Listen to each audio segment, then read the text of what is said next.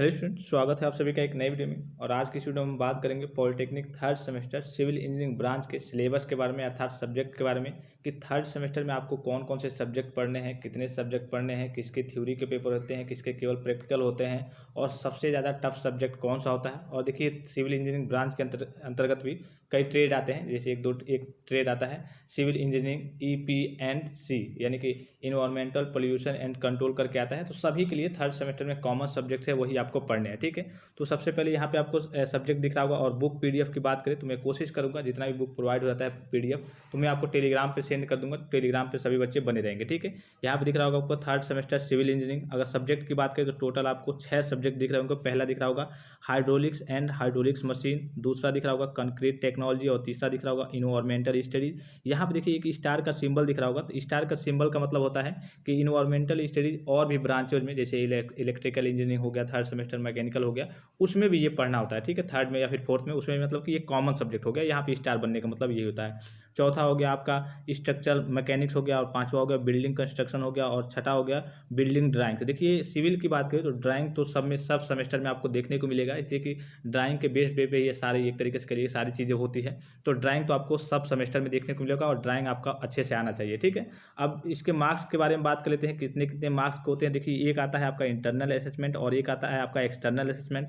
पहले internal assessment को समझ लीजिए। इंटरनल असेसमेंट वो होता है जैसे कि आपके कॉलेज में जो टीचर सब्जेक्ट पढ़ाते हैं वो आपके बिहेवियर पे, अटेंडेंस पे, या फिर कॉलेज में दो टेस्ट होते होंगे, आपने देखा होगा। कई कॉलेज में नहीं होते होंगे भले ही, लेकिन दो टेस्ट होते हैं। तो उसके जो मार्क्स आपके दिए जाते हैं थ्योरी प्रैक्टिकल के, यानी कि टोटल इंटरनल असेसमेंट में किसी में 30 नंबर, किसी में 20 नंबर ऐसे करके मिलता है, वो इंटरनल असेसमेंट होता है। एक्सटर्नल असेसमेंट की बात करो तो यहाँ पे आपको दिख रहा होगा एक्सटर्नल असेसमेंट में जो आपका बोर्ड का पेपर होता है और जो आपका एक्सटर्नल प्रैक्टिकल और वाइवा जो एग्जामिनर आते हैं वो आपका होता है। तो वो कितने नंबर का होता है। तो सबसे पहले देखिए सब्जेक्ट के बारे में, यहाँ पे हाइड्रोलिक्स एंड हाइड्रोलिक्स मशीन के बारे में बात करें तो 30 नंबर का आपका इंटरनल असेसमेंट होगा। और बोर्ड का पेपर कितने नंबर का होगा, 50 नंबर का होगा। यहाँ पे वर्किंग हावर्स दिया हुआ है, यानी कि 2.5 घंटे का आपको समय मिलेगा। उसके बाद से प्रैक्टिकल इसका 20 नंबर का होगा। तो 50-20 ये कितना होगा, 50-20 एक्सटर्नल में 70 हो गया, और 30 नंबर इंटरनल असेसमेंट में है, यानी कि टोटल 100 मार्क्स का आपका ये हो जाएगा सब्जेक्ट। यानी कि टोटल आपको इसमें 100 मार्क्स मिलने हैं। यानी जो मेन होता है वो आपका ये होता है, 50 नंबर का आपका थ्योरी का पेपर होता है और 20 नंबर का आपका जो फाइल वगैरह लिखते हैं वो प्रैक्टिकल होता है। इसी में दूसरे सब्जेक्ट के बारे में बात करते हैं, कंक्रीट टेक्नोलॉजी। इसमें देखिए आपका वही 30 नंबर ये आपका इंटरनल असेसमेंट में है, 50 नंबर का आपका पेपर होगा और 20 नंबर का प्रैक्टिकल होगा। टोटल 70 नंबर, और यहाँ पे आपको 30 नंबर ये दिख रहा होगा इंटरनल असेसमेंट में, टोटल 100 नंबर के ये हो जाएंगे। उसके बाद से यहाँ पे देखिए इन्वायरमेंटल स्टडीज की बात करते हैं, इसका भी बोर्ड का पेपर होगा 50 नंबर का और 20 नंबर का प्रैक्टिकल वाइवा होगा, 30 नंबर का इंटरनल असेसमेंट होगा, टोटल 100 नंबर। उसके बाद से देखिए स्ट्रक्चरल मैकेनिक्स के बारे में बात कर लेते हैं, तो इसका भी 30 नंबर का वही सेम है। और उसके बाद से 50 नंबर का आपका पेपर होगा, 2.5 घंटे का समय मिलेगा, 20 नंबर का आपका प्रैक्टिकल वाइवा होगा। टोटल यहाँ पे 70 नंबर हो जाएंगे और 30 नंबर ये हो जाएंगे, टोटल 100 मार्क्स हो जाएंगे इसमें भी। उसके बाद से यहाँ पे देखिए बिल्डिंग कंस्ट्रक्शन की बात कर लेते हैं, तो यहाँ पे भी सेम है। 30 नंबर का आपका इंटरनल असेसमेंट है, 50 नंबर का आपका पेपर होगा, 2.5 घंटे का समय मिलेगा, 20 मार्क्स के आपके प्रैक्टिकल वाइवा होंगे, और टोटल यहाँ पे 50-20-70 और 30 नंबर ये आपके हो जाएंगे, टोटल 100 मार्क्स के ये भी हो जाएंगे। उसके बाद से बात कर लेते हैं बिल्डिंग ड्राइंग्स के बारे में। तो यहाँ पे देखिए इसका आपका जो टोटल है प्रैक्टिकल इंटरनल असेसमेंट की बात करें तो 40 मार्क्स है, ठीक है। इंटरनल असेसमेंट में 40 मार्क्स हैं।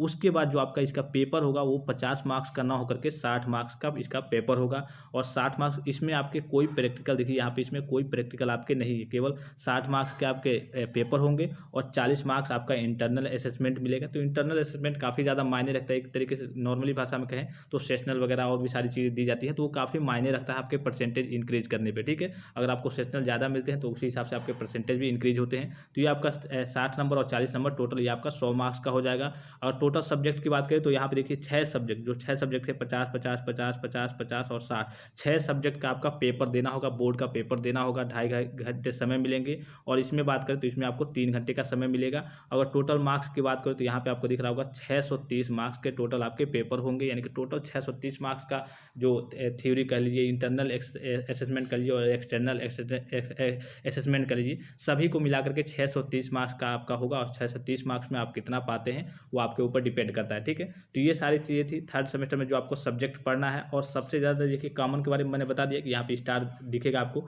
मतलब कि ये कॉमन सब्जेक्ट है, ये कई ब्रांचों में ये पढ़ना रहता है।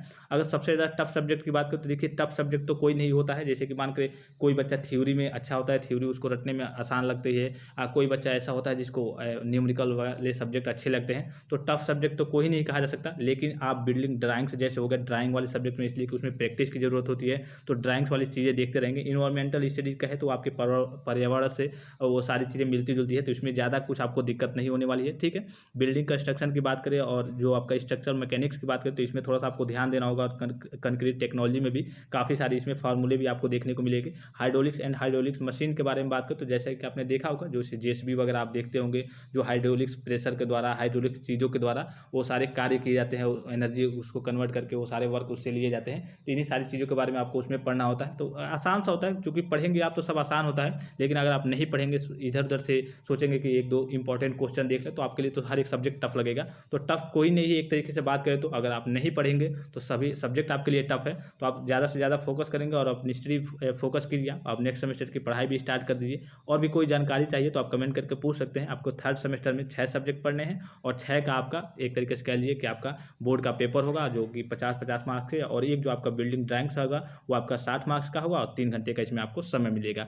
आई होप कि वीडियो आपको इन्फॉर्मेटिव लगा होगा। पॉलिटेक्निक से संबंधित हर एक प्रकार की सूचना पाने के लिए आप टेलीग्राम चैनल को ज्वाइन कर सकते हैं। चैनल को सब्सक्राइब करके बेल आइकन को प्रेस कर सकते हैं। और भी कोई जानकारी चाहिए तो आप कमेंट करके पूछ सकते हैं। फिलहाल इस वीडियो में इतना ही, इजाजत दीजिए। धन्यवाद, थैंक्स फॉर वॉचिंग। मिलते हैं नेक्स्ट वीडियो में।